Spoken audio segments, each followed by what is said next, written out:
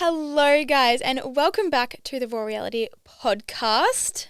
This is like a few weeks in advance, this one. Yeah, I feel like we're so far ahead, but we're still just 1 week ahead. Yeah, we are. But it's just because we've recorded like so many different episodes. We have. It's been a grind. We've been in the studio like so many times. I feel like I live here. Same, but I love it. Yeah, it's fine. How are we? Good. Good. Yeah, I'm good. How are you? She's not really well. I'm not good. Like that, to be completely honest, not good, but it's okay. But it's fine, is what we say.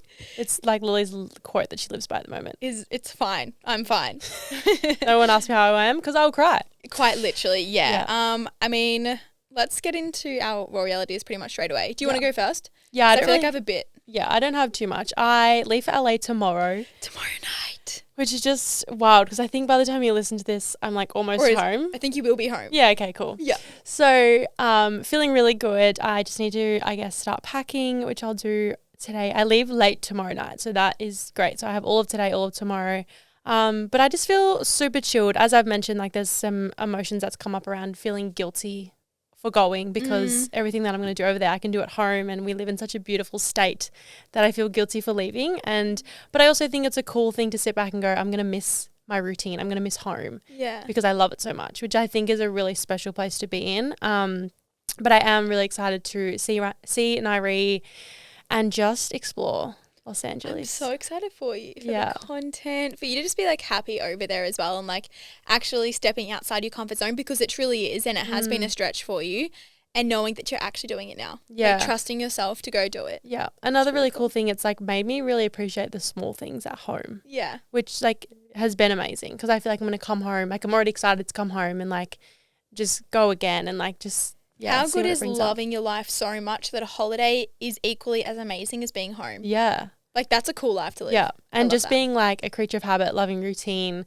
to be able to create that somewhere else but then come back home and enjoy it still. Yeah. So very good.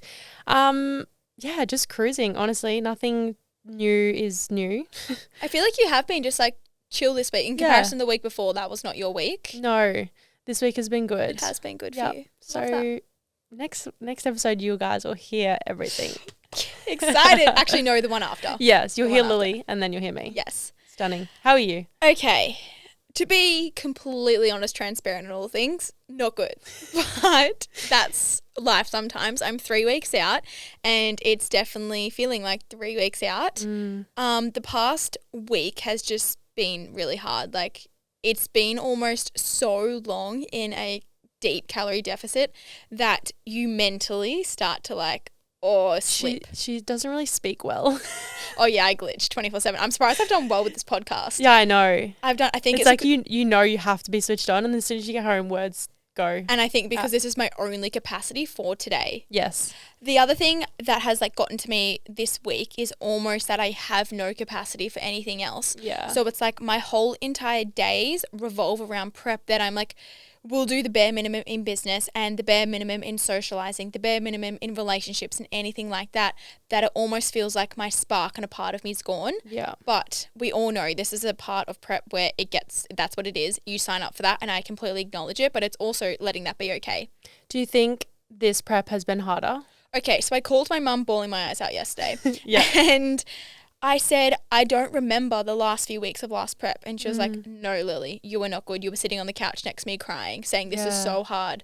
And I was like, oh, I've blocked that out. I don't remember that. And I think I'm going to feel the same this prep. And actually, I think this prep has been easier in a way that I know what I'm expecting. Yeah.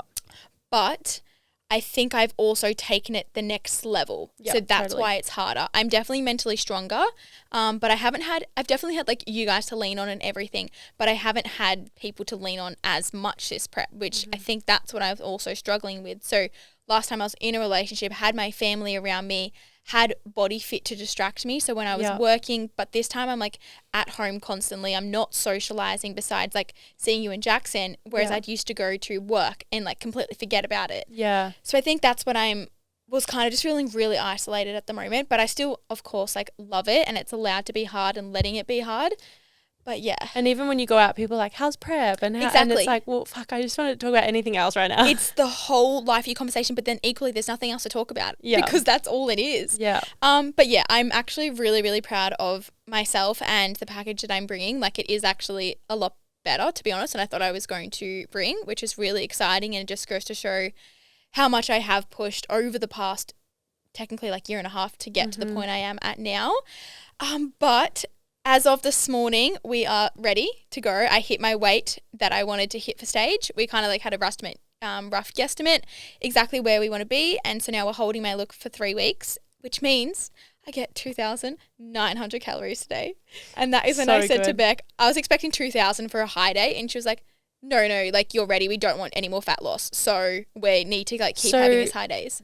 You'll still obviously be lower calories. Exact same as low calories.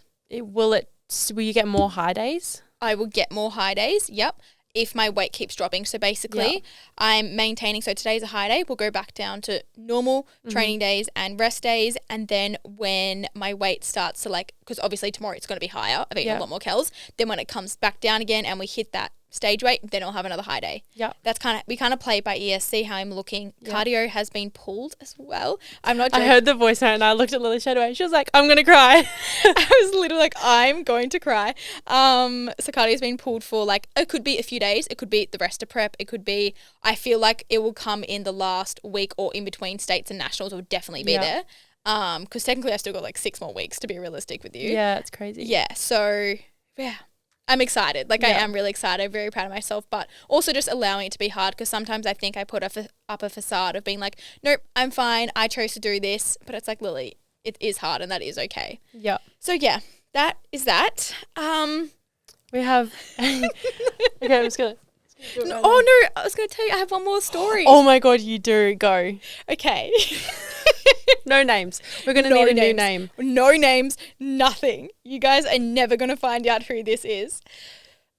So let's call him Brian. Brian. Okay, that's a good one. Yeah. Brian. I get home from Cardio Classic and there is a box at the front door. And I'm like, it says roses on it. It's like a long box. I'm like, oh my gosh, so sweet. Jackson got Tori flowers. Don't know why. I was like, Easter. Maybe she's going away. Pick up the box, put it on the bench. And then I'm like, I had this gut feeling that it was for me. And I was like, let me just look at the name. It says Lily Ritchie. And I was like, maybe my mum got me things, because sometimes she does random things like that. And I opened the box. It is a beautiful bouquet of flowers, a teddy. It's such a cute teddy too. And a card that basically says, Lily X, you've been smashing out your preparation. That's a key word here. You've been smashing out your preparation. Really proud of the work you put in. Something like that. You're so close to finishing. You should be so excited. That was it. No name. No name. Nothing. Nothing.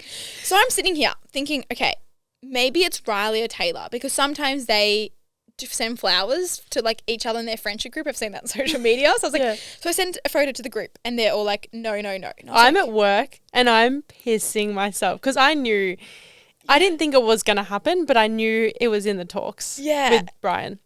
Yeah. Anyways. And I'm like, okay, interesting. It's not my mum and it's not my coach, because preparation, if you're in the industry, it's prep. It's not preparation. Yeah. So I'm like, who the fuck is this? Tori messaged me and she goes, you're not going to believe who it is. She told me. And I was like, no, I straight up don't believe you. And she was like, yeah. So I'm going to tell you the reason why I don't believe her. We don't follow each other on Instagram. We've never spoken. We've met once at somewhere. That's all I'm going to say. We've met once. Wasn't with me. It was like a brief interaction. It was a night out. Yeah. That's it. Yeah. Was with one of my friends too. So like nothing to do with me. That was it.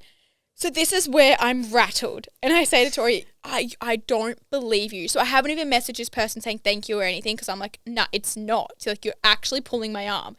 Then I asked Jackson and he was like, I have no fucking idea what you're talking about. And I was like, he played it off little shit, because he knew, right? He knows. And he was like, no, why would I know? Like, I don't know what you're talking about. Yeah. And then that's when I was like, okay, so Jackson doesn't know, Tori, you're lying to me. I get accused of lying. Yeah. Classic. She shows me text messages. I'm like, no, you guys have like formulated this for me to believe you.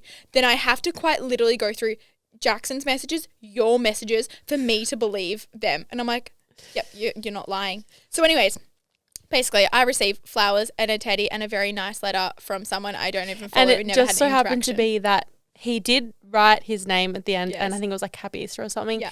But it didn't have enough space on like So the cut it business, off. so they just cut it off.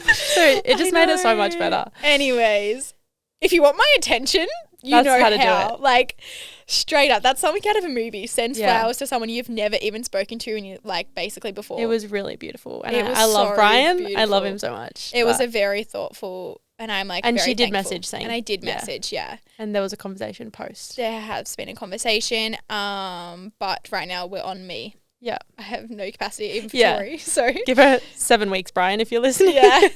So anyways, I just thought I would let you guys know that story because we have not had many stories lately. No, he really did it for the plot. He really did Thanks, for the Brian. podcast. Okay. Okay. Our segment of the week.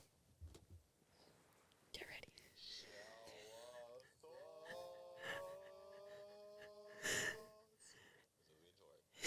I can't. Guys, we come in to record the podcast and they're like, put on your headphones and press that red button. We're like, we never press that red button. They're like, are we meant to? They're like, no, just press it.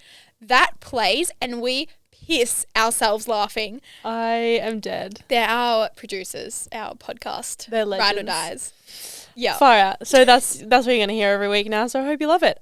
This week's shower thought is come from my shower thought. Universal gym splits. Yes. I went to the gym Tuesday afternoon, generally when I go on a Tuesday, and there's probably 95% of the gym doing uppers and like 2 people doing lowers. So I think it's just a universal thing that Monday, Wednesday and Friday are legs and Tuesday and Thursday are upper body. Yeah. And it has to be because my split, I train legs twice a week and upper 3 times, yet I still train legs Monday and Yeah. upper Tuesday. Yeah. So let us know if that's what you do. And if it's not, then what do you do? Yeah, if you go to Because the I gym- just think it is. I think everyone trains legs Monday, upper Tuesday. It's just Yeah. what it is. And then and then Saturday's normally like a full body or legs. Yes. Yeah. Or like a HIIT, cardio conditioning, something. Or if you're a guy and you're about to go up, they kind of get a upper body pump. That Yeah. tends to be a thing That's as well. true. Yeah. So that Anyways. was our shower thought Yeah, that was our for the shower week. So this week we have a very exciting guest and one that I've wanted to get on for a very long time. You guys have obviously been following along on my holistic healing journey, and we wanted to get on the most amazing naturopath on the Gold Coast, and really just like you guys had so many questions, which this episode is so insightful, and she really explains it in a way that is digestible and easy to understand for those either starting their like whether it be holistic healing journey or just have questions on whether that be pill, acne, PCOS, endometriosis. We talked about everything, and you bet there'll be a second episode to this because there's so many more questions. Tia, welcome to the show. Thanks for having me, girls. I'm so excited. We are so excited. Our first ever naturopath, which I've been dying to have you on. Oh, thanks, so excited. babe. So obviously most of you guys would know that I have seen Tia for quite some time. You were my second ever naturopath and my first on the Gold Coast. And I feel like the second I walked into your clinic, I was just like, I love this woman. Oh, thank you. It was amazing. And just to finally feel like seen and heard. And even to this day, like I can tell you just want to help me and like everyone that you can. So it's been an amazing journey with you. Oh, thank you. That's so sweet. It's so nice to feel so passionate about work and Yeah. just love what I do every single day. 100%. Well, let's get straight into it. I want to dive basically into your journey, I guess, and where everything began with you in terms of health. I know you've had your own skin journey, whether that be gut health, nutrition. Take it away, sister. So I started studying nursing when I first left school. I maybe got about 6 months into my nursing degree and didn't really align with what I was learning. So then I actually transferred into Bachelor of Health Science that specialised in herbal and nutritional medicine. Yeah. I remember when I first started studying, I was almost like embarrassed to say that I was studying to be a naturopath, which is wild because I feel like it's definitely trending now. Whenever I used to tell people that I was studying to be a naturopath, they'd be like, oh, like a witch doctor, or like, are you a hippie? How long ago was this? Yeah. Oh my gosh, 2012. Yeah, wow. Wow. Okay. Yeah. Further up. Yeah. 2012. So yeah, a while ago, definitely showing my age. But yeah, so my health journey has definitely been a journey. When I first started studying to become a naturopath, I kind of just delved into the vegan diet, just because I thought at the time that that was best for my health. When I did delve into the vegan diet, my skin really started to break out. At the time, I probably didn't connect the dots as to why my skin was breaking out. Yeah. I also then, I guess, started to get like a lot of praise body image wise around like losing weight or like looking healthier. And I feel like that probably just kind of triggered or unlocked something in my brain where I kind of just felt like the smaller I was, the better that I looked. And I kind of went down a little bit of a journey of quite a disordered relationship with food and quite a disordered relationship with my body, which was really challenging at the time. Quite a restrictive diet, which then kind of delved more into like binge eating, over consuming, purging, quite an unhealthy cycle. With my skin journey, definitely a journey. I feel like it's still a journey that I'm probably experiencing to this day. I felt like I did so many different things for my skin, similar to yourself, and kind of just exhausted so many different practitioners, so many different avenues. I remember at one point I was seeing a Chinese medicine practitioner who couldn't speak a word of English. He would literally just feel my pulse and then write things down in Chinese, and then he had a translator, and I was getting these like bags of herbs mixed up every single week that I would boil on the stove. It would make like a liter of herbs and then I would drain it off and drink it every single day. And Did you get acupuncture as well? Yeah, I was getting acupuncture as well. Yeah. Oh, not from this guy. This guy was just purely just Chinese medicine herbs. And I remember my housemates at the time were like, you need to stop doing that because it's stinking out the house.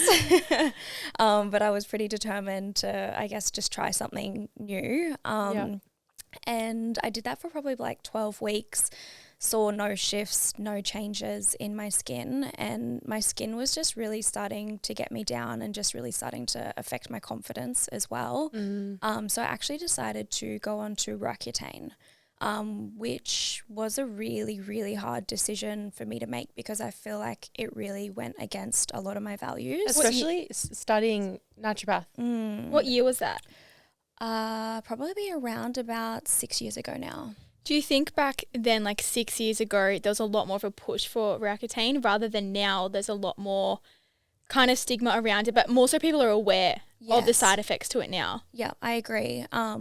The first dermatologist that I went and saw, I was almost thinking that I was going to have a different experience. Like I thought that she was going to dive deeper into my health or want to get bloods done or look at my skin even, but it was literally just like a 5-minute appointment where she just wrote me out a script.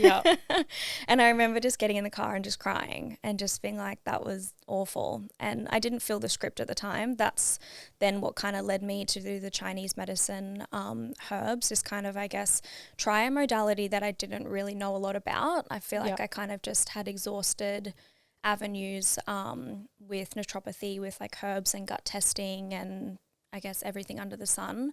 And then I actually went and saw a different dermatologist and had a much better experience, like a much longer appointment. And I kind of just thought to myself, I'm just going to see how this goes. And if I'm not feeling myself, if my side effects are too intense, then I'm just going to come off. And to be honest, it was probably the best thing I could have done.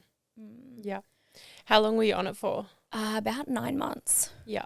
9 months. And my symptoms or side effects were minimal, but I was also doing a lot of work while I was on it. Yeah, I think it's so important to support your body. And obviously, like studying it, you would know what best to do.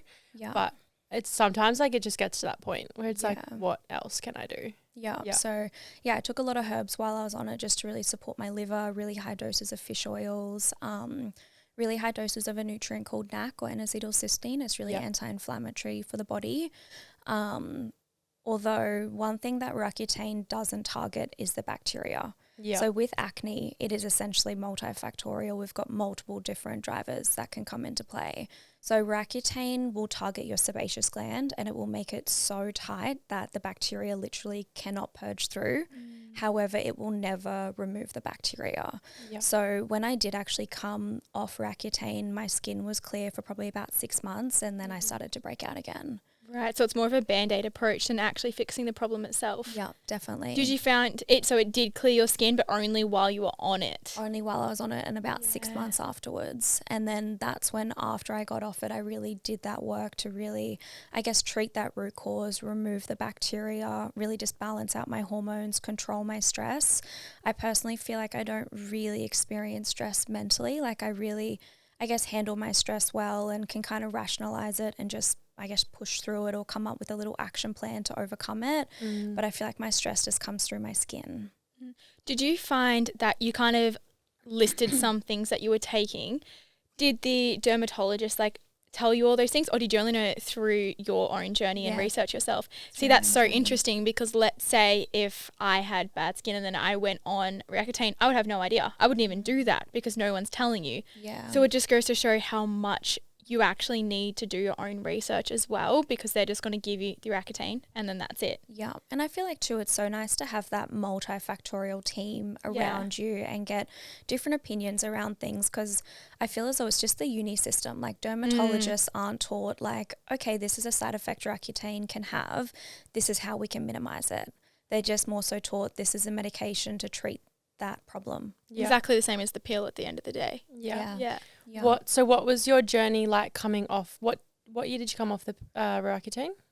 Oh my gosh, probably I think it was about 2019. Yeah. And so what's your journey looked like from then till now?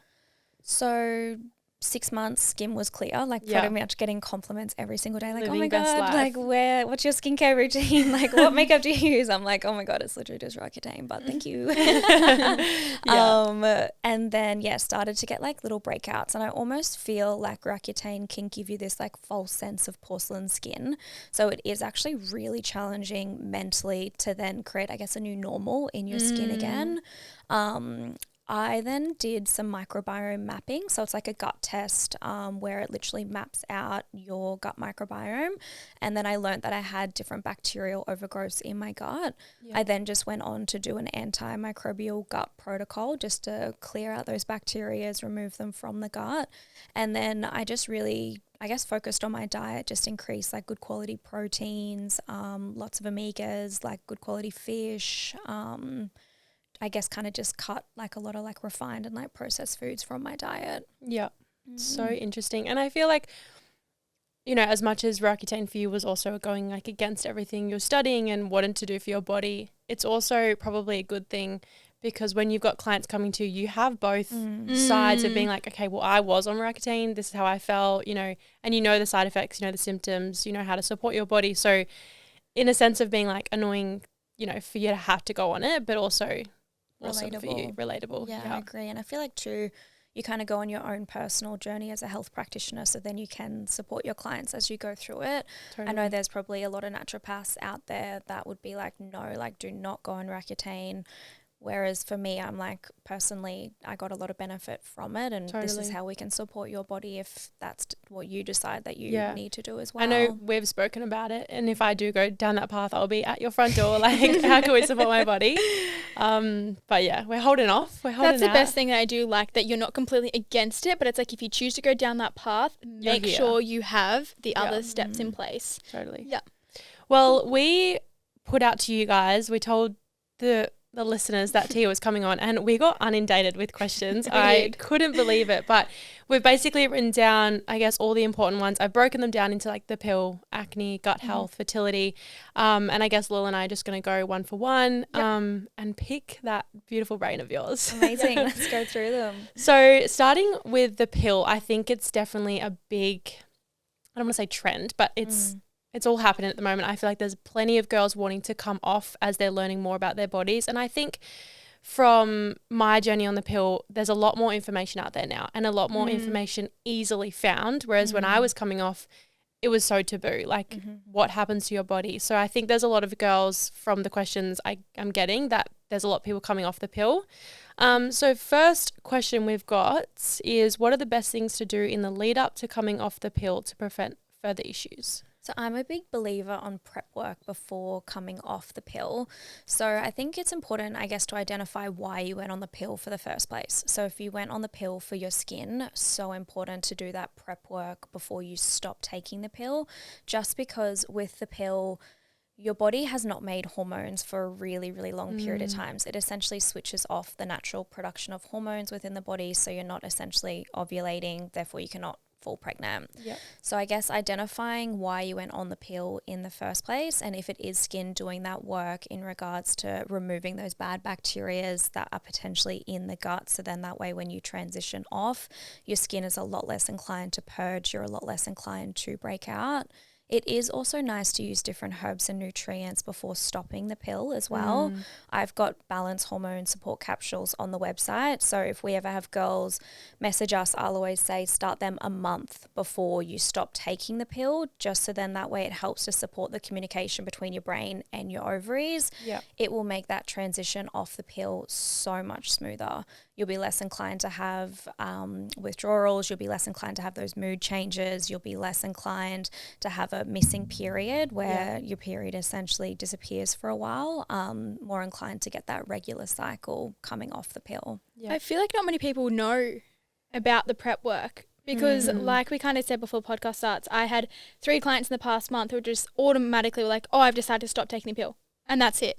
Nothing. Like, would you even recommend taking half the pill for a period of time? No, you can't. No? So it's not really something like, say, for example, an antidepressant where you wean off of it. Yeah, because that's what I've heard. Yeah, so your body would probably get quite confused. I have had girls come into the clinic that have said to me like, oh yeah, I'm just taking it every second day. I'm like, no, don't do that. Okay. It's either all or nothing. Yeah, interesting. You do essentially just have to stop it. Otherwise the body will get quite confused. But doing that prep work where you're taking different herbs to just naturally help to support your hormones and your reproductive system with the transition off is really important. I wish I knew that coming off it. I think it would have saved my life, to be honestly, because I did the same. I just went off it because I'd been on it for 2 years and I was in hospital that weekend and it just, everything went south, as we all know. But yeah, see, I had a different experience. I had a really bad mental health on the pill. So when I came off it, I felt so much better. Yes. So I feel like it can kind of go both ways as well. But I also was quite young when I went on and off. So I don't think I was very in tune with my body either way. And I kind of just was like, I'm not taking it. I don't know how I feel day to day. I'm young. Couldn't care less about my hormones. I wasn't educated about it. So that's also interesting to see kind of how you're feeling coming off it too. Yeah, and I also feel as though too, our generation of women is the clinical trial for the pill. You never hear of your grandma being on the pill since 15 years old. You never hear of your mum being on the pill since 15 years old. Yeah. So we are essentially collecting this data of what it's doing to our fertility, what it's doing to our mental health, which I feel as though this data is going to be pretty shocking in a fair few years' time. Well, my mum said that she was on the pill for like a fair amount of time. I think she would have been like really early starting it, as early as you could. And from when she stopped it to having me, there was 9 months of her trying. And it could have been just like literally from the pill as well, or it could be in other reasons. But I definitely think is there a possibility that it builds up in your system?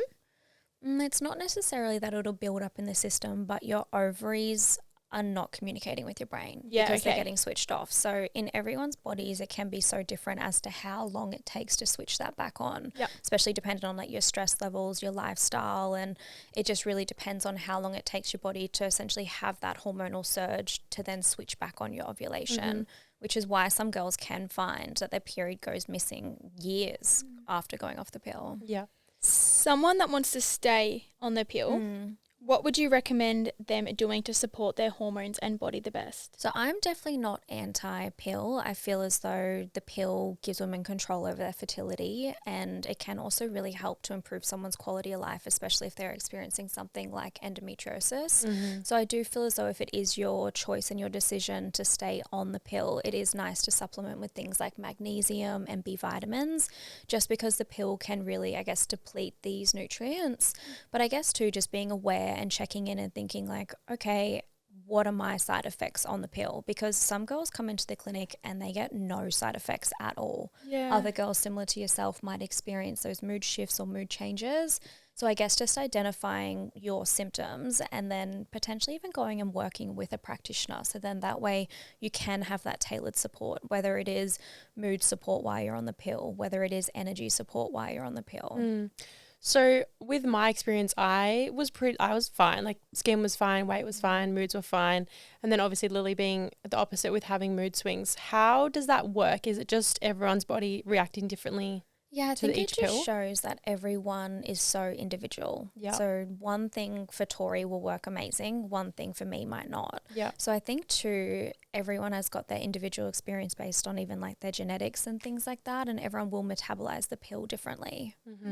I have a question as well. You know how there's so many different names and different brands? Yeah. What's the difference between them? Is it how the levels of hormones within the pill? It can be. There's some pills that have got estrogen and progesterone. There's some that are progesterone only, but it's more so just the pharmaceutical companies. So a lot of the time pharmaceutical companies will name them like Estelle, Diane, Levlin, like girls' names. So they kind of almost feel like familiar and like friendly. Right, so there's not a huge difference. So how about when you go in there and you say this pill isn't working, and then they say let's try another one? So there are different strengths. Okay. Yeah, different levels of like estrogen or different levels of progesterone. Yeah. You touched on it briefly, but what's going a bit more depth? What nutrients are depleted from the pill? So usually magnesium, B vitamins, zinc, vitamin C can be affected as well. So it is nice to take like a multivitamin whilst you're on the pill just to help to replace these nutrients. Beautiful. Cool. Stunning. Anything else about the pill or move to? Not currently. Things might pop back up, but there was a few questions around like periods and cycles itself. So can you just quickly explain the 4 stages of a cycle? So the 4 phases with the menstrual cycle, you've got menstruation, so essentially time spent bleeding. This can usually range anywhere from like 3 to 7 days. Yep. Then you have got your follicular phase, which is the next phase of the menstrual cycle where your hormones are essentially building up to ovulate. Then you'll have your ovulation, which is where your follicle gets stimulated to then release your egg. And then you've got your luteal phase, which will essentially depend if your egg's been fertilized or if it hasn't been fertilized. Yeah. I have a question for my own benefit. So I'm slowly coming back to regular periods. Hey, we love this. However, I don't know if I'm ovulating. Yes. So how would one know?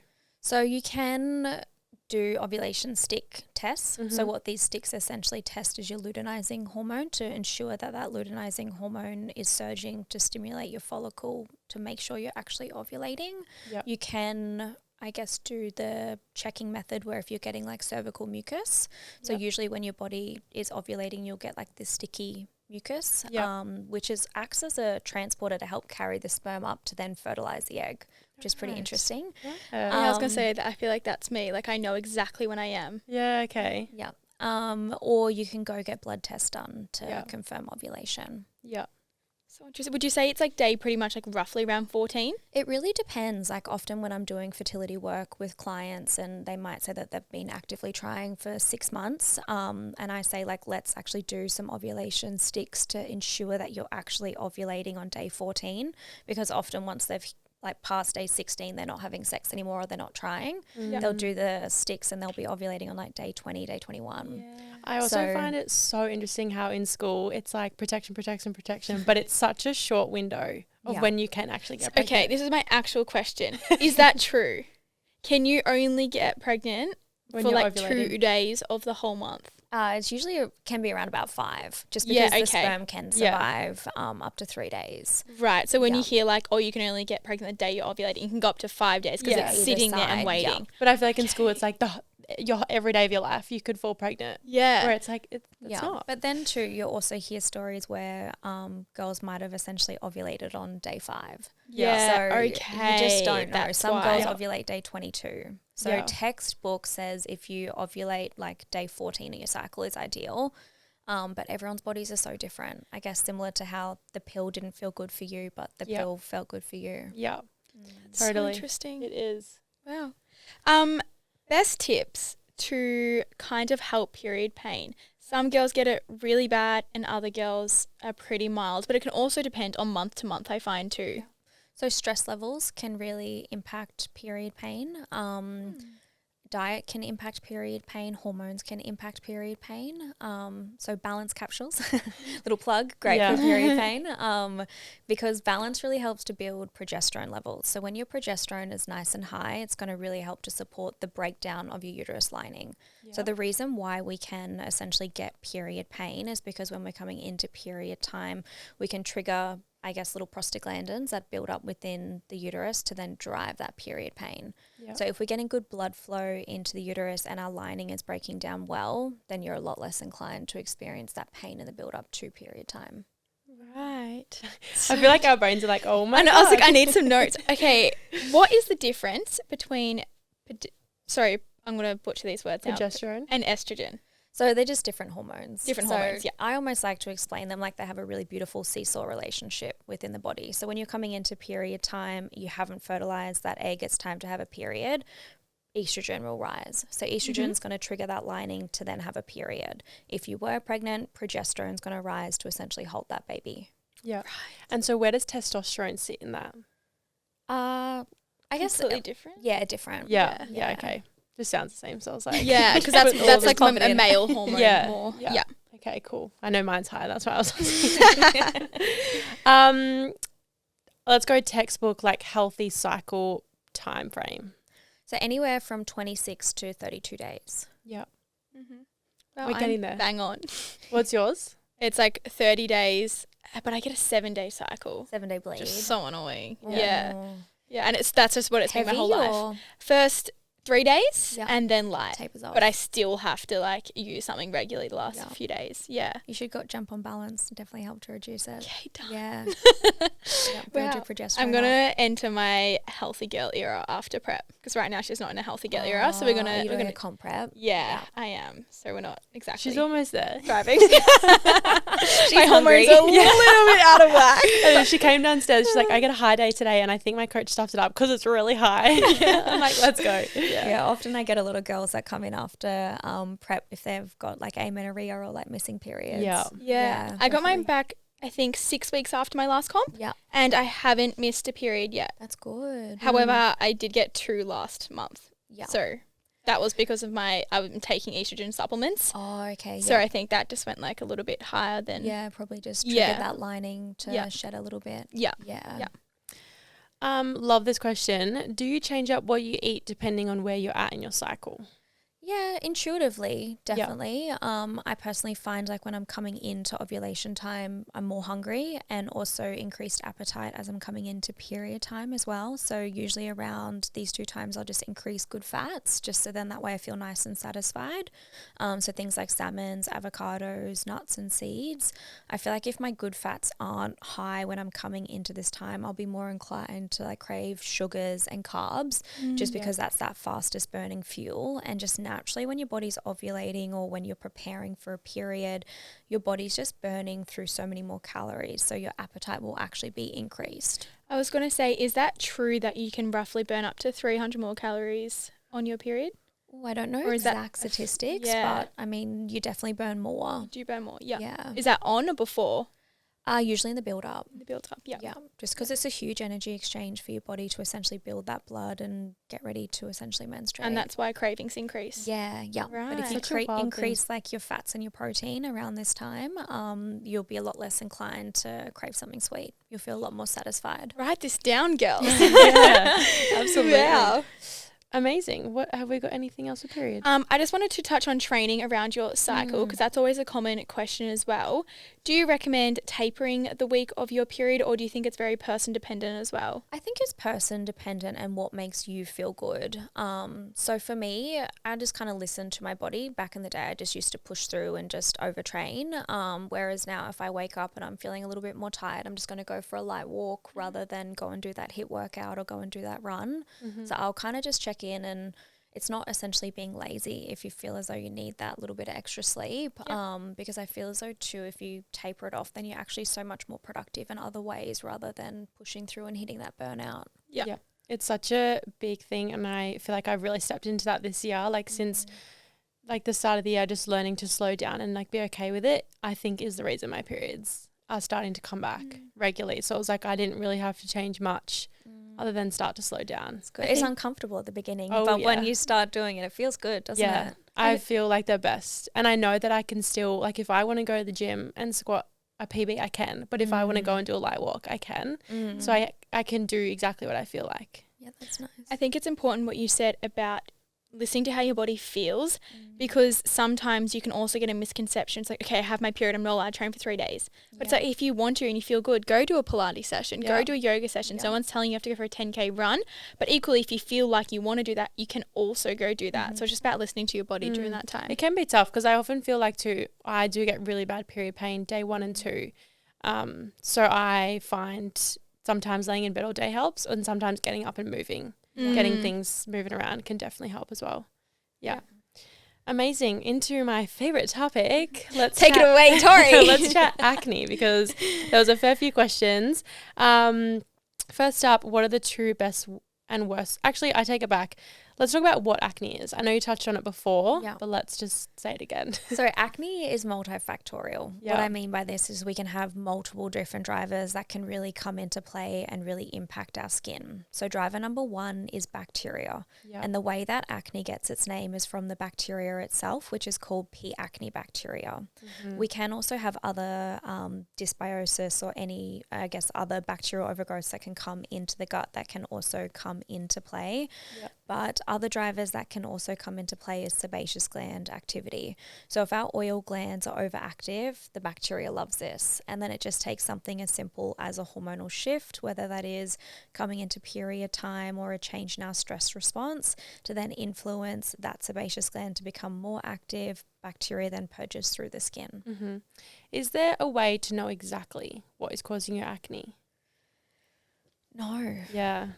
Because I'm thinking like my gut microbiome showed 5 bacterias. I think I had P. acne and streptococcus was a big one. And then it's like, how would you know if it was like the sebaceous glands? I guess you can get blood tests done to check what your DHEAS levels are doing within the body, and that can essentially be connected to your adrenals, to your sebaceous glands. You could check in, think, okay, how frequently do I have to like wash my hair? Like how oily is my skin? Yeah. But I feel as though acne, there's not a lot of information in it, unfortunately. And figuring that out. And I think too, it's because when it comes to like research and like PhDs and things like that, there's not very much money in researching acne. So I feel as though a lot of people don't actually do the research. So then the clinical trials and the information's not really there. And I also feel as though too, there's so many factors that can come into play, whether it's genetics, stress response, bacterias, foods. I was going to say, is acne genetic? Can be. It can be. Yeah. I think often skips a generation, but can be genetic. Okay. Yeah. I think it's so important to understand if you are on your acne journey. I'm just going to use specifically, like, it's important to know that what you're doing is enough. Like, I know I got stuck in the trap of like, I'm never doing enough, it's not working. But it's like, if you're out there trying something every day or week or month, like, you're doing the best that you can. And it's like, whatever, like, I'm choosing the holistic route and I'm just doing what I can, and that's enough. And that's beautiful, because I feel as though too with skin, it can bring you down so much. I feel as though you can be doing so many wonderful things for your body, whether it's exercising regularly, eating an incredible diet, using amazing skincare, getting facials done, and then you look at yourself in the mirror and you think, what the fuck am I not doing right? Yep. Literally. I feel like it's also a very like slow journey too, and kind of like if you want to compare it to the gym, you don't go to the gym for 1 week and see all these results. Exactly the same as, for example, if you implement salary reduce for 1 week, you're not going to see the results. It's what you do month in, month out. And yes, you can try these different things, but it's also like, do what you know is going to work best for you and stick to it. You can't keep implementing like a new cream every single day. Yeah, totally. So what would you say the 2 best and worst foods for acne? And then again, everyone's going to be so different. Yeah, I feel as though it definitely is person dependent. When I was at uni, I actually used to live with an acupuncturist. So I feel as though in my clinical practice, I'll really introduce a lot of Chinese medicine theory around skin and acne. And in Chinese medicine, they almost like to explain the digestive system like a fire. And if you're constantly putting cold into that fire, whether it's like smoothies, salads, juices, then that environment in the digestive system can become really damp. Bacteria love a damp environment.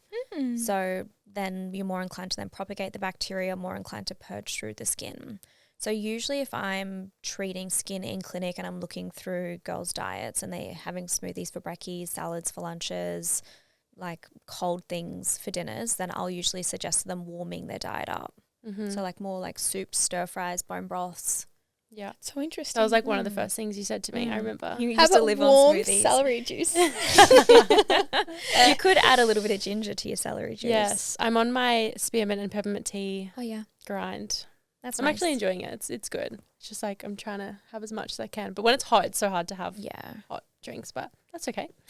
Thoughts on doxycycline for acne? I'm not a huge fan on Doxy just because it is a long-term antibiotic. So if Doxy, what is it? First off, yeah, Sorry. So Doxy or doxycycline is an antibiotic, and doctors will usually prescribe it for really long periods of time. Yep. I've even had girls on it for 2 years, which is just Wow. nuts. And that would that just not ruin your gut lining? Oh yeah, absolutely. Yeah. I think I was on it for 3 months, I think. Yeah. Yeah.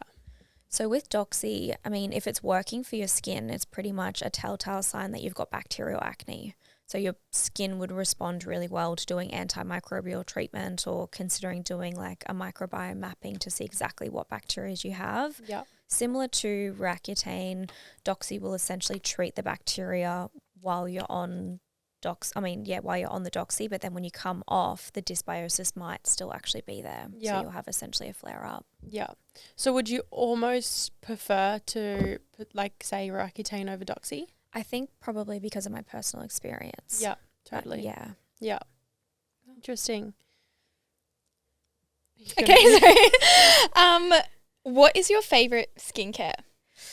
Oh, I've definitely tried a lot of skincare over the time.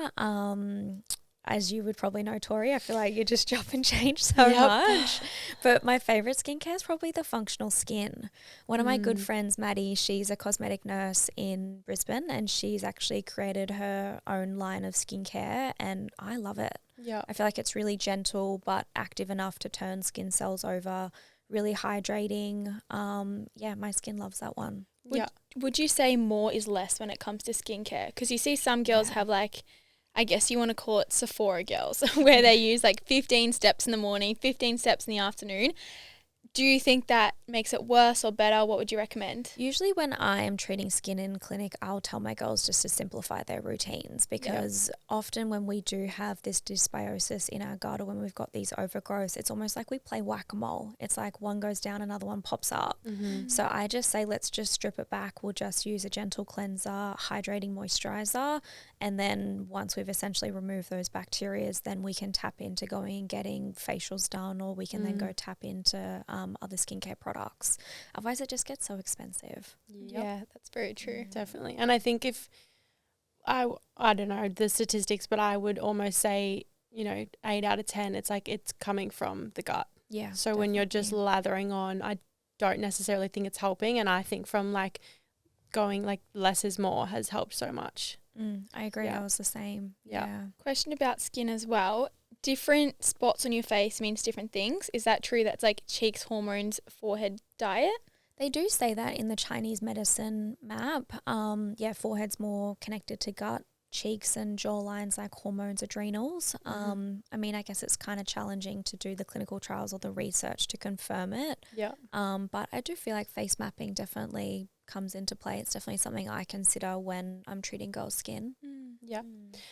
Someone said, will my skin permanently stay dry after using Roaccutane? Mine didn't. Yeah. So as I said, probably 6 months afterwards, everything kind of just starts to switch back on.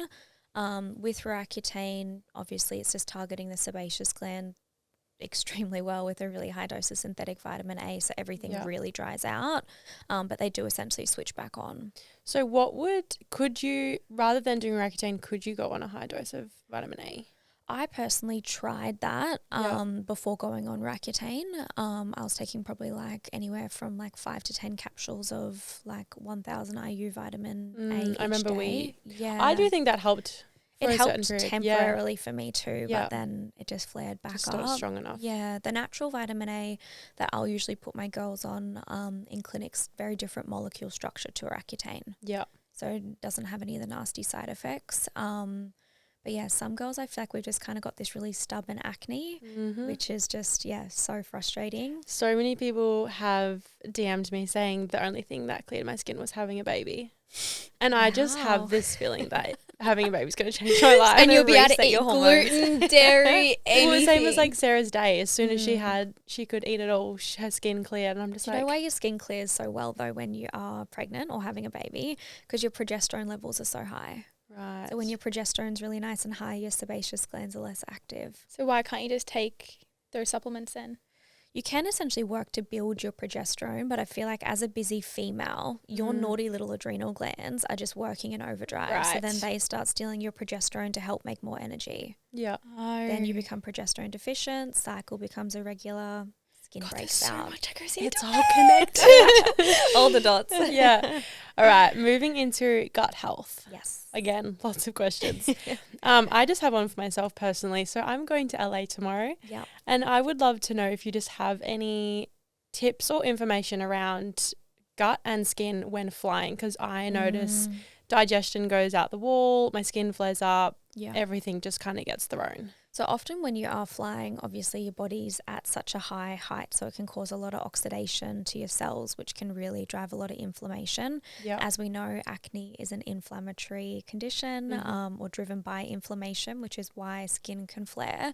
Yep. So usually when I fly, I'll take probiotics prior to flying, during the flight, and then when I land, also do work just helping to build up bile and hydrochloric acid in my tummy just to keep my digestion good as well. Yeah.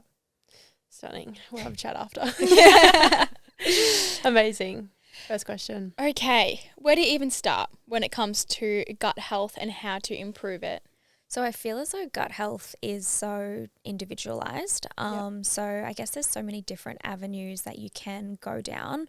Microbiome mapping's kind of, I guess, a big thing at the moment, which I do feel as though can give you so much information about exactly what is happening in your gut. The only downfall to microbiome mapping is the price. So usually around about $400 to get this test done, which is, I guess, a pretty big price tag when it comes to pathology testing. However, the information it provides is incredible. Literally gives you an exact map of what is happening in your gut. Gives you a lot of information around like absorption, inflammation markers, bacterial overgrowth, parasites, worms, and beneficial bacteria. So as a practitioner doing this pathology test, it makes it so simple to know exactly what your client needs when it comes to treatment. I found it so interesting. My mum recently did her gut microbiome because she's working on her own things, but we put ours together and we have the exact same bacterias. She had 1+1 and she also had candida. But I just found that so interesting. So I was like, what did you pass on to me? Yeah. But I was born with strep and I was kept in hospital for that. And so I know that like that's been a forever thing. Yeah. But it was so interesting just to see we have the exact same bacterias. Yeah, wow, really interesting. Well, you do essentially pass, as a mum, when you're pregnant, you do pass a lot of that on to your child. It's crazy. Yeah. How to tell the difference between regular bloating caused by foods or anything that you're intolerant to, and then they've said like body fat or So pretty much every single girl that comes into the clinic, when I ask them, do you get bloated, they say yes. Which it's really interesting because when I have consultations with males, they never get bloated. Yeah. So sometimes I wonder, as a female, are we just quite body conscious, and do we, I guess, almost do like a lot of checking, whether it's looking at ourselves in the mirror, how do our pants feel, and I guess everyone kind of just wants that slim body type. Do you think people also get confused the difference between bloating and being full after eating a meal? Yeah, probably. Yeah. When it comes to food intolerances, it's not so much that I guess you're intolerant to a food. It can just be that your microbiome doesn't like that food. Yeah. So I guess, again, doing that microbiome work can also really help with reducing the bloating that you can experience. But it could also be too, your body's in that fight and flight response where you're so go, go, go that you're not really being present when you're eating. Whether it's that you're eating on the run, whether it's you're sitting in front of your phone while you're eating. Yeah. I have made the biggest conscious effort, I'm going to say the past 2 months, when I'm eating, I either like, I try not to be on my phone. I can do anything. I can like watch YouTube, Netflix, whatever I want, but being on my phone, I find all of a sudden I finish my meal without even processing that I finished. And then you're still hungry. And then I'm still hungry. But if I've actually in the moment slowing it down, I feel so much better afterwards. Yeah, it makes a big difference. I try and eat and I'm like, wow, this is so yum, and just like say how good it is. Yeah. I think it really helps. Yeah. I just feel like I was someone who struggled with intense bloating, and I look back at photos and I'm like, you poor thing.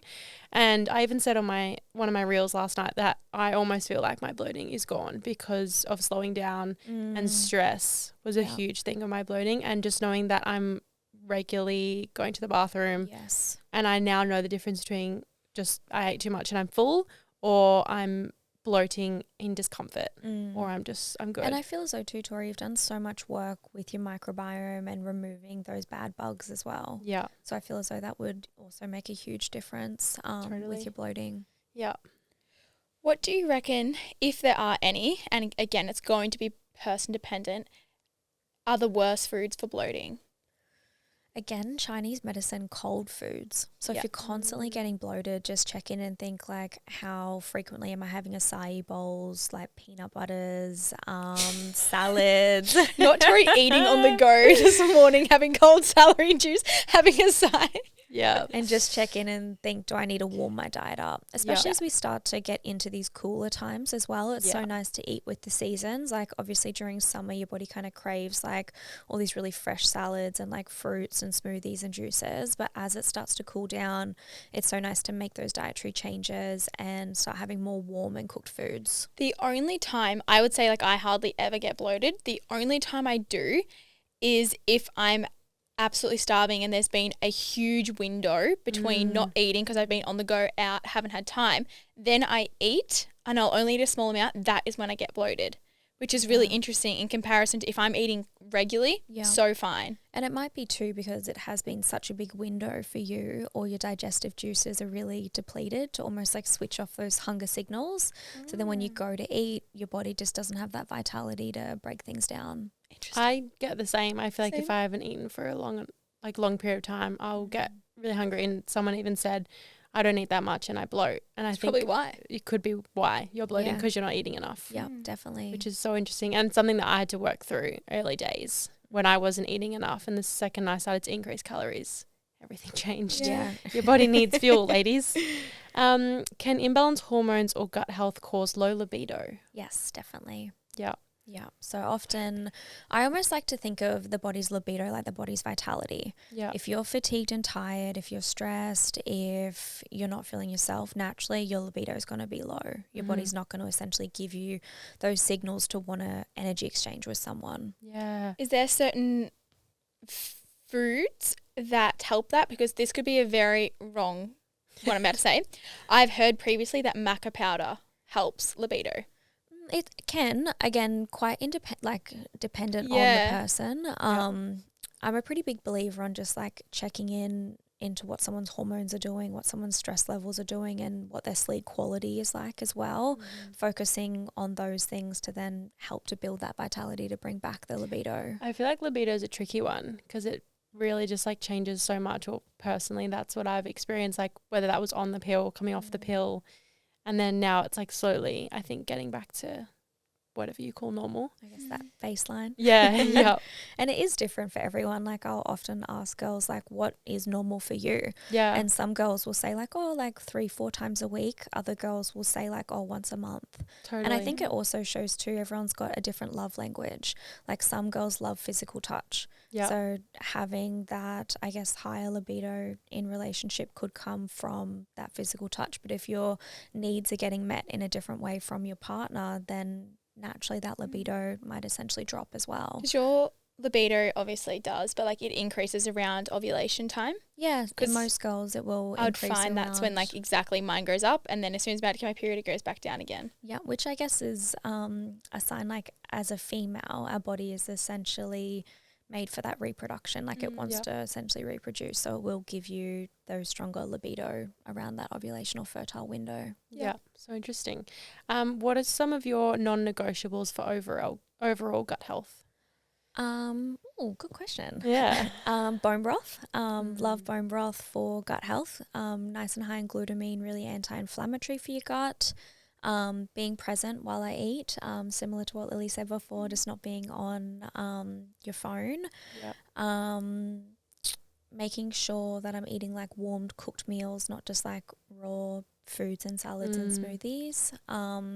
I'll also take different supplements if I ever notice like my gut isn't feeling optimal, whether it's like ginger and gentian just to help to build up that bile and hydrochloric acid in my tummy. I find that's really beneficial.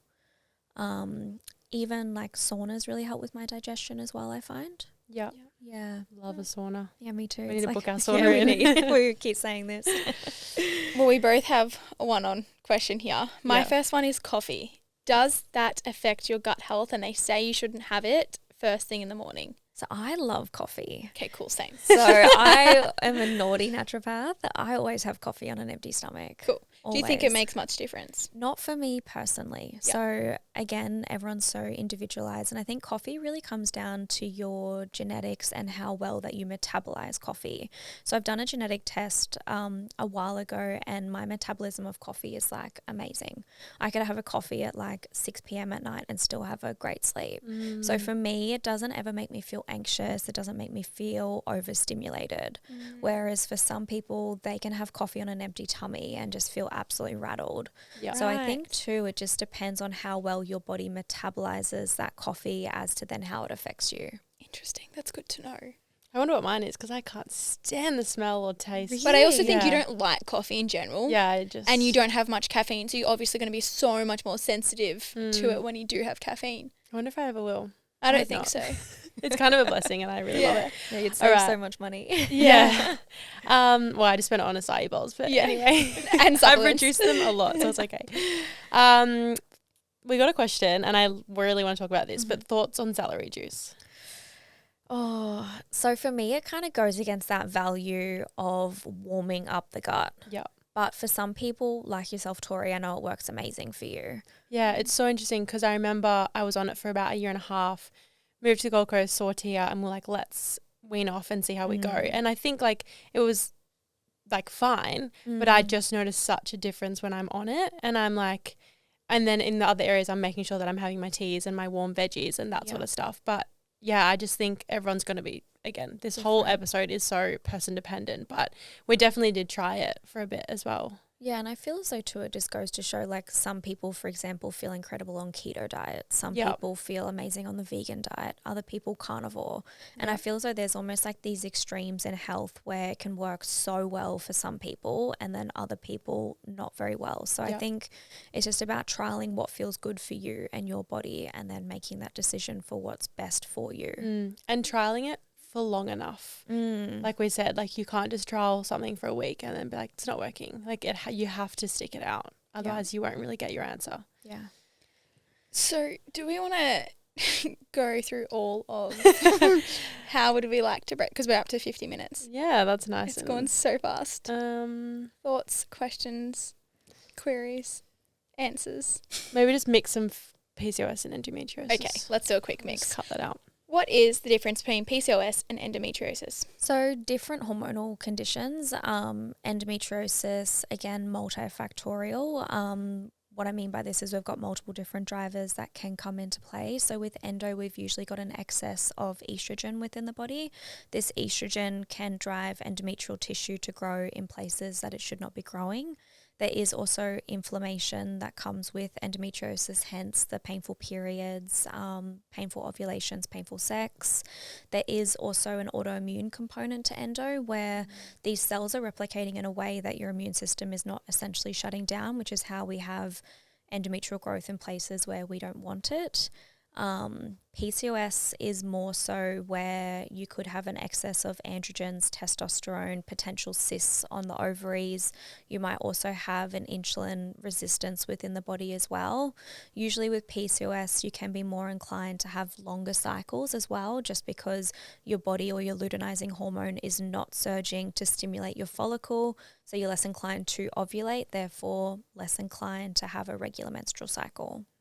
Interesting. That was a great explanation. That was a very good explanation. What are the difference in symptoms? between the two? So with PCOS, you can be more inclined to have insulin resistance or weight gain due to the insulin resistance. You can be more inclined to have really long cycles, whereas with endo, because you're in an estrogen dominant state, you can be more inclined to have those double cycles because your estrogen's going to surge and more inclined to drop that ovulation. With endo, you're more inclined to have like painful periods, painful sex. PCOS can be more inclined to have acne, hirsutism, or like unwanted hair growth. Both conditions, you can have fertility, I guess, complications as well. Not in all cases, but in some. Yeah, it's a scary time. Yeah. What was I going to ask you? One said, fitness girl with, let's say, PCOS or endometriosis, how to balance hormones and weight, which I feel like we kind of touched on. But was there anything that you would say that could help someone, let's say PCOS, with carrying that extra weight? So usually with my PCOS girls, I'll really promote a high protein diet, lower carbohydrates just due to that insulin resistance. There are different herbs and nutrients that you can use just to really help to balance out those blood sugar levels as well. Checking in with stress response is also a big one. When your body's in that fight and flight response, you're more inclined to overproduce cortisol, and that can also impact your metabolism and your weight as well. Yeah. But yeah, just focusing on the diet and really consuming those whole foods. I'm pretty big on eating less from a packet and more from the earth. So I think just not overcomplicating diet. Like, we don't have to be having these crazy gourmet meals that take so long to make. We can literally just simplify it and go protein and veg, and the body will respond really well to that. Definitely. I have noticed such a big difference since reducing carbs. Even just like we were eating a lot. I would still eat gluten-free pasta, but we were having pesto pasta. It's like our favorite meal, but like so many times a week. And recently Jackson's now come off his vegan diet for 5 years. And we've just gone so much more fruit and veg, proteins, and very minimal carbs. And if it is, it's like potatoes, sweet potato, which like I just feel so much better on than rice and pasta. I've even swapped bread to like rice thins, which obviously is still a form of carb, but it just feels so much lighter and so much better. Yeah. And I think that is a difference though. Before, girls being like, okay, I'm cutting carbs, you're still doing it in a very healthy way. You're not saying see it at all. You're still having carbs in every single meal. Yeah. But having a Different carb choices. that is going to make you feel better. Yeah. Yeah. And it's like, yeah, because like everyone loves carbs. Yeah. And I still, if I want to have, toast with my avocado and eggs, whatever, I will. But it's just felt so much better, even with my skin and inflammation. And I feel so too, carbs definitely aren't the enemy. It's just more so, I guess, the type of carbohydrate that you're consuming. That's what it is, yeah. Totally. Is it true that you can get diagnosed with PCOS after the pill, so like post-pill PCOS, or do you think it's the pill just more of a cover-up of that and you've always had it? So it's such a common thing that happens when girls come into the clinic. I'll look at their blood work and they'll say, I've been diagnosed with PCOS. And it's really easy to fit the criteria for PCOS but not actually have PCOS. And I'll often say to them, I feel like you've just got post-pill PCOS. Let's do some work. Let's reset everything. Let's go to a completely different doctor, not tell them that you've got PCOS, and we'll see what happens. They'll usually come back and say, I don't have it anymore. I'm like, you didn't have it in the first place. Okay. So when we are on the pill, your body is not ovulating. So therefore your follicles are not getting stimulated. Yeah. So if you have been on the pill for, let's say, 8 or 10 years, of course your follicles are going to be inflamed, or you're going to have an increased level of follicles because they have not been stimulated. You've not been releasing eggs. Yeah. So usually girls' periods will go missing coming off the pill. They'll go and get an ultrasound done. That ultrasound will come back with increased level of follicles. They'll get diagnosed with PCOS just based off that. Yeah. Yeah, because I was struggling at the start when they were like, you have to have quite a lot of symptoms or proof, I guess, to say that you've got PCOS. But then when I came out, I was like, I've got the acne, the weight gain, the insulin resistance, the cysts on my ovaries. And they were like, okay, it's a no-brainer. But it can be so, I guess, misleading because there are so many symptoms and side effects around both endometriosis and PCOS. Yeah, and I feel as though too, a lot of girls, I guess, almost just kind of like want that condition to connect their symptoms to. But sometimes I think it's important to take a step back and I guess rather than focusing on the condition itself, be like, okay, what can I actually do for these symptoms? Yeah, totally. We've got just some random kind of questions here, and then we've got some specific questions for you. But just tips on low thyroid function.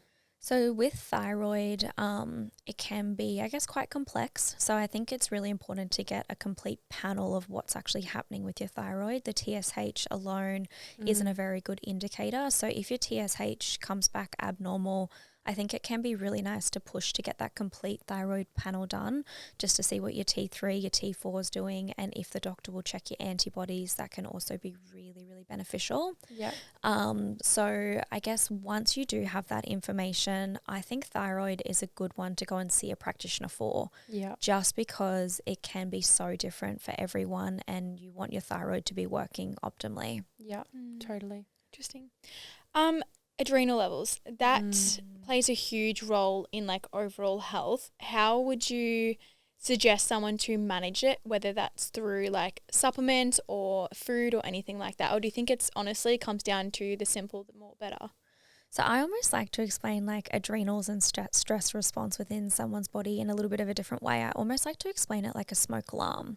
And let's pretend that you're cooking something at home in the oven and then you've burnt it and then the smoke alarm goes off.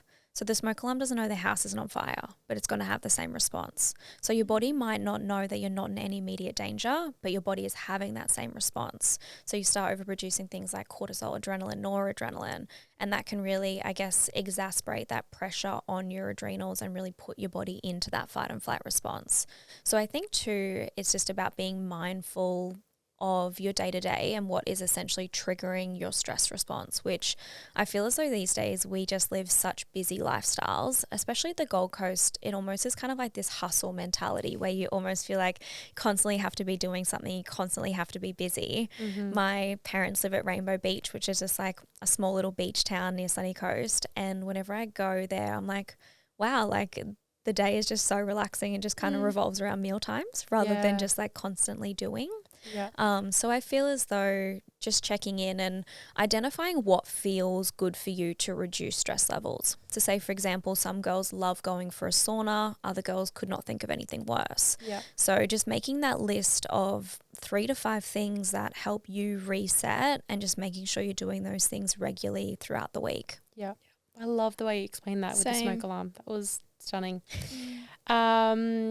Tips, I really wanted to get your info on this, but tips for Hashimoto's, or what is Hashimoto's? So with Hashimoto's, again, I really feel as though going and seeing a practitioner is definitely key, just because everyone's symptoms can be so different with Hashimoto's. What is it, sorry? Hashimoto's is connected to your thyroid function, where a lot of the time your thyroid is extremely slow. Yeah. So you can be more inclined to have weight gain. You can be more inclined to feel really slow and really sluggish within the body. Yeah. So I feel as though working with a practitioner, if you are experiencing Hashimoto's, is definitely key. I've actually got a new practitioner that's just come on at Whole Health, which is so exciting. I did see that. Yeah, very exciting. She is absolutely incredible. But yeah, she is amazing for thyroid function. Yeah. So any thyroid girlies, if they're wanting to work with a practitioner, Jordan is absolutely incredible. Yeah, because my a family friend has quite intense thyroid condition, and then my dad's ex really intense Hashimoto's, and I've seen some very intense side effects, and it's just like sad to see what it can do. Yeah. So I feel as though getting it in the early stages is definitely key. Yeah, beautiful. Well, there's a few questions here for you. What are your non-negotiable daily habits? Probably daily movement. So I feel I'm a big believer on how you start your day kind of just really sets you up. So I'm a pretty early riser. So I'll usually wake up anywhere from like, I guess 5:36. I'll usually always start my day with exercise, whether it's like a Pilates class, a walk or a run. So I guess that's a daily non-negotiable for me. I'm pretty mindful about my screen time on my phone, just because I find my days where I spend a lot of time on my phone, my nervous system will kind of just feel a little bit more overactive. So I kind of try to keep my Instagram no more than an hour each day. I'm like a poster and a ghoster though, which is so bad. love that though. Same. We need to adopt that We a do. little bit. What else? I love going for saunas. Not that I do them daily, but I'll do them pretty regularly throughout my week. And just ensuring that I'm eating like healthy, regular meals. Back in the day, I used to skip a lot of meals and was pretty go. So I feel like as I've started to get older, just like really just slowing things down and just not rushing everywhere. Yeah, I love that so much. Well, you kind of already touched on, but your exercise routine, would you say that like you stick to the same schedule throughout the week, or it's very varied depending how you feel? I definitely used to stick to the same schedule. I kind of am a creature of habit. Like I love routine. I was doing like a lot of boxing, Pilates, I guess like lightweight circuit. And I used to do that 5 days a week probably. But the last 2 months I actually cancelled my Pilates membership and I've just been going for walks. And it is so nice. I've been loving it. Walks and runs. So just little 5K runs. But yeah, it's a really nice reset. That's good. I feel like it's so nice to be able to change it up, because I've like gone off gym 5 times a week to gym 2 or 3, Pilates 3, and it's just been like such a nice change. It's so much more motivating going as well, like to the gym when it's like, oh, I don't have to go. It's like I want to go. Yes, totally. A lot of people love your style and thanks, want to girlies. know where you source your clothes from. I love Dish. Yeah. Same. Wish I had a collab with Dish maybe one day. Yeah. I love Meshki. They are coming out with some really cool stuff at the moment. Yeah. I love just like oversized tees. So a lot of the oversized tees I wear is actually the Whole Health Textiles range. Just So because if you're watching on YouTube, this is actually Tia's top and it's my favorite thing ever. Yeah, I just feel as though girls kind of just get jibbed with just these like tight little tees. So yeah, when I was designing the textile range, I guess the probably more of like a male style shirt because I love box tees. I like Squad Athletica. Yeah. They got some really cool stuff. Yeah. And I also feel like Glassons We recently is love Glassons. leveling up. They Yeah. are so good. Yeah. I will be going there today. That's for sure. I love good lessons moment. Okay, and last question we have is tips for studying to become a naturopath. Oh, I wish that someone told me to take the pressure off. I feel as though Endeavour, where I studied, was almost like a pressure cooker environment. But I probably created that pressure cooker environment just in my own mind. Like I almost felt as though to be a good naturopath, I had to know everything. I had to retain all this information. Whereas I wish I kind of just enjoyed that process a little bit more and I guess didn't put so much pressure on myself to do well at uni or to have to know everything. That's a really good one. Really great advice. How many years is studying a naturopath? 4 years. And what is it? What's a degree called? Is it literally just become a naturopath, or It's is it called like Bachelor of Health Science. of health science? Yeah. Yeah. And then so do you have to really- major or? No major. Okay. Yeah. Yep. But Endeavour's good because they've got the clinic there. So I felt as though it really just set me up for when I finished uni, I just dived straight into having a business and having my own clinic, which was good. That's cool. Yeah. Amazing. We had a few longer questions, just a couple, but one in particular that really touched some heartstrings. But I'm just going to read it out and then you can take it away. I went on the pill from 16 to 20 to treat acne and irregular periods, then came off for a year and was diagnosed with PCOS. The doctor gave me options of pill and IUD, but I didn't want to go on the pill again, so I felt IUD was my best option and didn't know a lot about it. Since then, I haven't felt right physically, having cramps, which I've never had before, and felt a bit lost a bit of strength in the gym and in general. I always just feel uncomfortable in my lower abdominal area, but that's considered normal, and the doctors are hesitant to take out my IUD so soon after getting it put in. I'm also, in capitals, traumatized from having it put in. I've never felt so much pain. Terrifying. What do? I want to take more a natural and holistic approach to treat my PCOS, but scared if I don't have a treatment plan, it'll get worse and mean I'm less fertile, if that makes any sense. Sorry for the long message. Love you, girls. Oh, my heart just feels Literally, for her. same. Yeah. So I feel as though too in medical system, they're more so taught condition and then pharmaceutical treatment. So I guess going and seeing a doctor, she's probably going to feel like those options don't align with her, which would be really, really challenging. Yeah. I would suggest that she books in and sees a practitioner, just so then that way she can do the prep work to essentially support her skin and support her hormones if in turn she's wanting to get the myelina removed. It does sound like her body's almost rejecting it, especially if she's getting those constant cramps and those constant pains.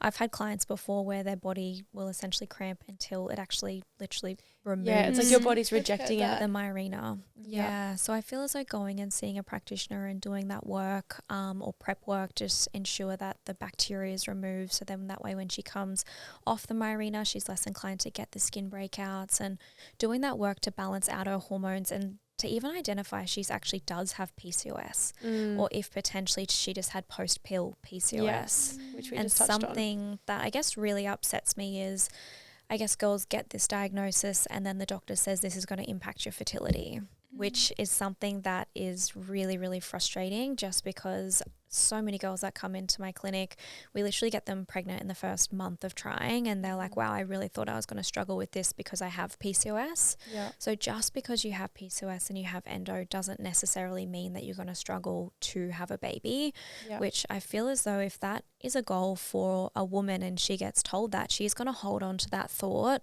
constantly. And I'm a huge believer of what you are telling your mind, your body will essentially feel. Totally. I actually know someone who got diagnosed with endo in a really bad case of it, got told that they couldn't ever get pregnant, and then went to have surgery to basically get it like cleaned out. And as she was going for the surgery, before they started, they discovered she was pregnant. Wow. And she was like, well, what the hell? Yeah, so it is possible. That was the first question I asked when they found the cysts on my ovaries. But I just know I'm going to be a mum and I've got Tia on my side, so I'm fine. Good. Bless this young girl. So she said, I'm a 16-year-old girl who plays a lot of sport, netball and running at a high level. I eat very healthy but haven't had a period for over 2 years and never had a consistent period ever. I'm really scared of what this could mean in the future in terms of infertility. Since being a teenager, I've never really had clear skin and I've always seemed to have some pimples, which I think is hormonal. I really don't want to go on the pill as I'm terrified of weight gain and don't have the best relationship with food or my body. Do you have any suggestions for me? So I would suggest going on the balanced hormone support capsules and the healthy skin. Totally. So as my clinic started to grow and I no longer had capacity to take on new clients, I then started doing a lot of product development work. So with the product range that's available on the website, it is essentially formulations that I was seeing get incredible results with my girls in liquid form that I've then popped into a capsule. Yep. So doing that work to help to build your progesterone levels, because often when you are quite athletic, doing a lot of sport, those little adrenal glands are going to steal that progesterone. So you're going to be less inclined to then ovulate, less inclined to then have a regular period. So by taking something like Balance, it's going to help to get that consistency within your menstrual cycle. And taking something like Healthy Skin, that's going to target the bacteria, the skin's going to then clear. And I think being so young, of course, it's going to be hard to get yourself to a practitioner or afford, I guess, like the holistic route, which can be quite expensive, but having those products that aren't that expensive and they can really support your body without having to do all these tests and have regular appointments could be the changer for her. Really good option. Yeah. It was funny whenever I would have, like, I guess girls book in like months in advance, they would say like, well, what can I start on before I come in and see you? And often their appointment would come around and they would cancel it because they're like, oh, I don't need the appointment anymore because the product's got such good Well, results. not good for you, but it's good No, for them. I love that. Yeah, that's what I want. That's amazing. So good. Last one. I came off the pill almost 2 years ago, and since I've had irregular periods, currently it's been 5 months since I've menstruated. I've had bloods that don't indicate I have PCOS and I'm not pregnant. During these 5 months, I've been in calorie maintenance in surplus and I'm at a healthy body weight. I didn't have this issue before going on the pill or whilst being on the pill. Is it normal for my hormones to be imbalanced for this long? it can be normal for some girls. Like I said before, everyone's hormones switch back on at a different rate. So doing things like acupuncture for her would be really beneficial, or even considering taking the balance hormone support capsules, just because that's going to help to support her luteinizing hormone to then stimulate ovulation and therefore stimulate a period and create that consistency within her cycle. Yeah. Amazing. But yeah, everyone's journeys off the pill is just so different. Yeah. So you could doing have that 30 prep people in a work. room and everyone has a different story. Yeah. That's so wild. Well, one thing we always ask our guests at the very end is a quote that you live by.